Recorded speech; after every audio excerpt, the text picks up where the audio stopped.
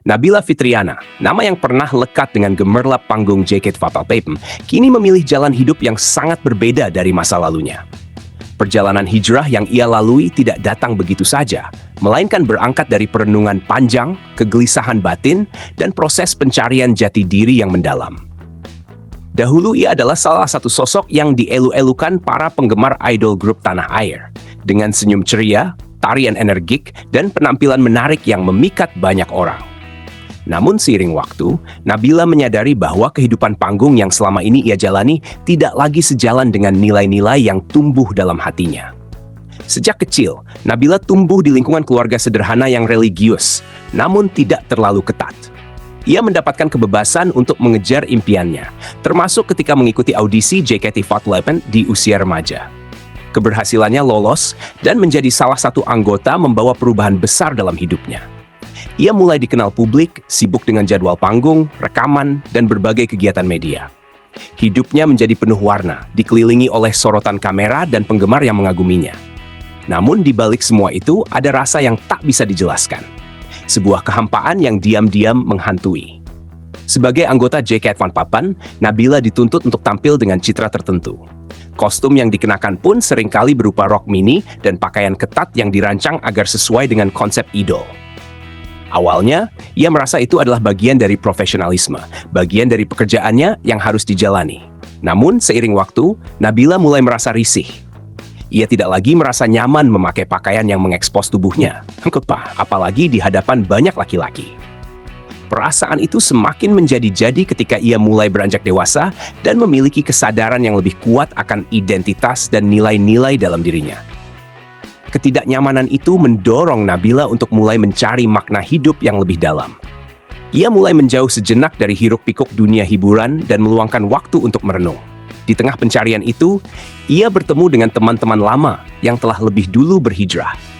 Mereka memperkenalkannya pada kajian Islam, ceramah ustazah dan ustaz yang membahas tentang aurat, peran perempuan dalam Islam, dan pentingnya menjaga diri.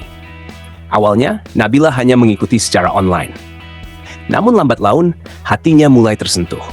Ia mulai menangis ketika mendengar ayat-ayat Al-Quran yang dibacakan, merasa tenang ketika mengikuti kajian, dan mulai merasakan kedamaian yang selama ini tidak ia dapatkan di panggung hiburan. Salah satu momen yang paling menggetarkan hatinya adalah ketika ia mendengar ceramah tentang pentingnya menutup aurat. Ustazah dalam kajian tersebut menjelaskan bahwa aurat perempuan bukan hanya sekadar tubuh, melainkan juga cara berperilaku dan menjaga kehormatan. Nabila merasa tersentak. Selama ini, ia begitu terfokus pada penampilan luar, tanpa menyadari bahwa tubuhnya telah menjadi konsumsi publik. Ia mulai merasa bahwa sebagai perempuan, ia berhak menentukan bagaimana dirinya diperlakukan, dan bahwa hijab bukan bentuk pengekangan, tapi perlindungan.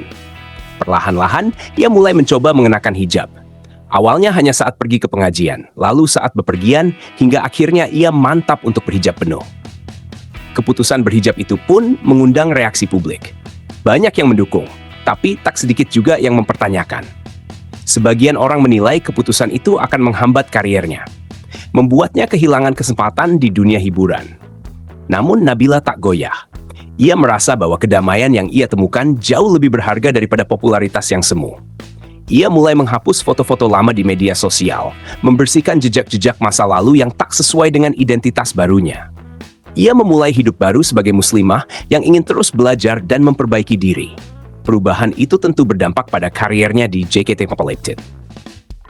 Ia sadar bahwa menjadi idol berarti tampil dengan kostum yang sudah tidak sesuai lagi dengan prinsip hidupnya sekarang.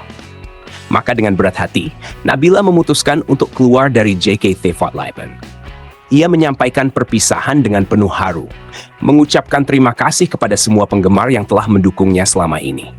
Meski sedih, ia merasa itu adalah langkah yang harus diambil agar ia bisa hidup lebih tenang dan jujur pada dirinya sendiri. Setelah keluar dari grup, ia tidak serta-merta menghilang. Justru, ia menemukan ruang baru untuk mengekspresikan dirinya dengan cara yang lebih sesuai dengan nilai-nilai Islam. Nabila mulai aktif di media sosial, tapi kali ini bukan sebagai idol, melainkan sebagai konten kreator muslimah. Ia membagikan kisah hijrahnya, pengalaman-pengalaman spiritual yang ia alami, dan pengetahuan yang ia dapat dari kajian. Ia menjadi sosok yang menginspirasi banyak anak muda, terutama remaja perempuan yang sedang dalam proses mencari jati diri. Ia juga aktif mengisi podcast, menghadiri forum kajian, dan menjadi pembicara di beberapa acara hijrah milenial. Kehidupan barunya tidak sepopuler dahulu, tapi jauh lebih bermakna.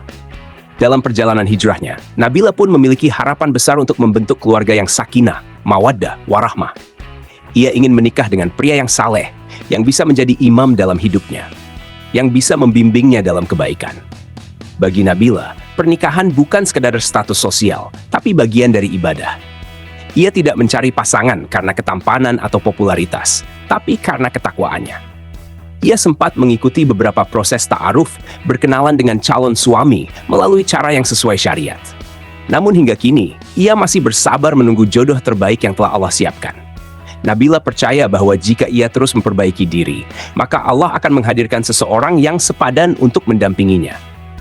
Ia menolak untuk berpacaran karena merasa hal itu tidak membawa keberkahan. Ia lebih memilih menunggu dalam doa, memperbanyak ibadah, dan terus memperbaiki kualitas diri.